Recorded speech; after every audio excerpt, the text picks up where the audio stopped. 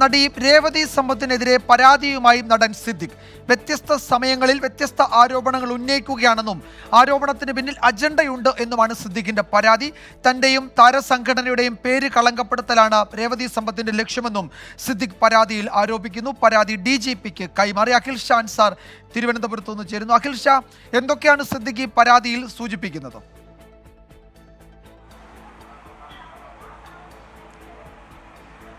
വിജയകുമാർ, നമുക്കറിയുന്നത് പോലെ തന്നെ കഴിഞ്ഞ ദിവസങ്ങളിലൊക്കെ യുവനടി രേവതി സമ്പത്ത് സിദ്ദീഖിനെതിരെ ഗുരുതരമായ രംഗത്തെത്തിയത്. അതിൽ ഗുരുതരമായ ലൈംഗികമായി ഉപദ്രവിച്ചു എന്നടക്കമുള്ള വിവാദമായ ആരോപണങ്ങൾ ഉണ്ടാകുന്നു. അതിന് പിന്നാലെയാണ് സിദ്ദീഖ് ഈ അമ്മ എന്ന സംഘടനയുടെ ജനറൽ സെക്രട്ടറി സ്ഥാനം രാജിവെക്കുന്നത്.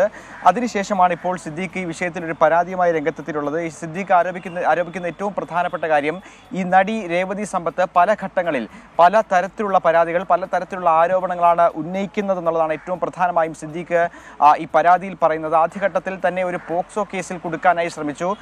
എന്നാൽ അതൊരു പോക്സോ കേസായി മാറില്ല. കാരണം അന്നത്തെ ഫേസ്ബുക്ക് പോസ്റ്റുകൾ ഉൾപ്പെടെ എടുത്ത് പരിശോധിച്ചാൽ സിദ്ദീഖും രേവതി സമ്പത്തും കണ്ടുമുട്ടുന്ന സമയം അവർ പ്രായപൂർത്തിയായിരുന്നു എന്നുള്ളതാണ്. അതിനുശേഷം ഇത്തരത്തിൽ മറ്റ് ലൈംഗിക അതിക്രമങ്ങളുടെ പല പരാതികളുമായി ഇവർ രംഗത്തെത്തി. അത്തരത്തിൽ ഓരോ ഘട്ടം കഴിയുമ്പോഴും പല പരാതികളുമായി രേവതി സമ്പത്ത് വരുന്നു എന്നുള്ളതാണ് നിലവിൽ സിദ്ദീഖ് പരാതിയിൽ പ്രധാനമായും ഉന്നയിച്ചിരിക്കുന്നത്. ഒപ്പം രേവതി സമ്പത്തിനെതിരെ ഉന്നയിക്കുന്ന ഒരു പ്രധാനപ്പെട്ട ആരോപണം അല്ലെങ്കിൽ ഒരു പരാതിയായി സിദ്ദീഖ് ഈ DGPക്ക് നൽകിയ പരാതിയിൽ പറയുന്നത്, ഇവർ നേരത്തെ ചൈനയിൽ പഠിച്ചുകൊണ്ടിരുന്ന സമയം അവിടുത്തെ ഒരു സഹപാഠിയുടെ നഗ്നചിത്രം പ്രദർശിപ്പിച്ചു എന്നുള്ള കുറ്റകരമായ ഒരു പ്രവൃത്തി ഇവർ ചെയ്തിട്ടുണ്ട് എന്നുള്ള വിവരം താൻ അറിഞ്ഞിരുന്നു എന്നുള്ള കാര്യവും സിദ്ദീഖ് ഈ പരാതിയിൽ കൂടി ചേർത്ത് പറയുന്നുണ്ട്. ഒപ്പം ഇത്തരത്തിൽ മലയാള സിനിമയും അമ്മ എന്ന സംഘടനയും തന്നെയും തകർക്കാനുള്ള ശ്രമമാണ് രേവതി സമ്പത്ത് നടത്തുന്നതെന്നുള്ള കാര്യം അതൊരു ആരോപണമായി, അതൊരു പരാതിയായി ഈ പരാതിയിൽ പറയുന്നുണ്ട്. ഒപ്പം ചില ആളുകളുടെ കൂട്ടുപിടിച്ച് അല്ലെങ്കിൽ ചിലർ രേവതി സമ്പത്തിൻ്റെ കൂട്ടുപിടിച്ച് ഒരു പ്രത്യേക അജണ്ടയുടെ ഭാഗമായി മലയാള സിനിമയ്ക്കെതിരെയും തനിക്കെതിരെയും പ്രവർത്തിക്കുന്നു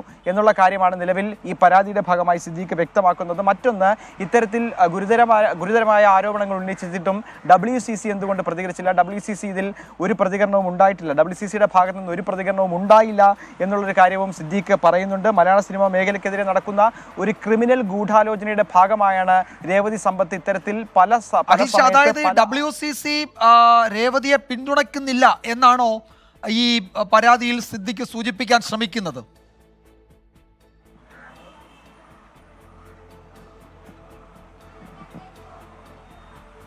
പരാതിയിൽ കഴമ്പില്ല എന്ന് തന്നെയാണ് ഈ പരാതിയിൽ നമ്മൾ പരാതി കൃത്യമായി വായിച്ചു നോക്കിയാൽ അദ്ദേഹം പ്രധാനമായും ആരോപിക്കുന്നത്. പല ഘട്ടത്തിൽ പല തരത്തിലുള്ള പരാതി പറയുമ്പോൾ അതിനെ എങ്ങനെയാണ് വിശ്വാസയോഗ്യമായി എടുക്കുക എന്നുള്ളതാണ് പ്രധാനമായും സിദ്ദീഖ് ഇതിലൂടെ ചോദിക്കുന്നത്. അത്തരത്തിൽ ഓരോ ആദ്യഘട്ടത്തിൽ പോക്സോ കേസ് ഉൾപ്പെടെ ഉന്നയിച്ചു. അതിന് പിന്നാലെ അത്തരത്തിൽ ആരോപണങ്ങളിൽ നിന്ന് പിന്മാറി. പിന്നീട് ലൈംഗിക അതിക്രമം 21ാം വയസ്സിൽ നടന്നു എന്നുള്ള തരത്തിലുള്ള പലതരത്തിലുള്ള ആരോപണങ്ങളുമായി ഈ യുവനടി രംഗത്തെത്തി എന്നുള്ളതാണ്. അതിൽ സംശയിക്കേണ്ടതുണ്ട്. അത് ഏതെങ്കിലും തരത്തിലുള്ള ഗൂഢാലോചനയാണോ, ഒരു ക്രിമിനൽ ഗൂഢാലോചനയാണ് എന്നുള്ള തരത്തിലാണ് DGPക്ക് പരാതി നൽകിയിട്ടുള്ളത്. അതിൽ വിശദമായ ഒരു അന്വേഷണം വേണമെന്നുള്ള ആവശ്യമാണ് സംസ്ഥാന പോലീസ് മേധാവിക്ക് സിദ്ദീഖ് നൽകിയ പരാതിയിൽ പറയുന്നത്.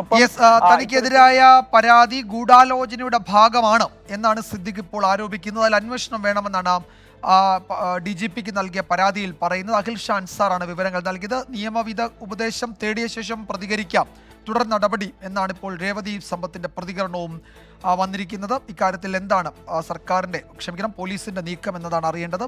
പരാതി DGP അന്വേഷണത്തിനായി കൈമാറിയിട്ടുണ്ട് എന്നാണ് തിരുവനന്തപുരം ബ്യൂറോ റിപ്പോർട്ട് ചെയ്യുന്നത്.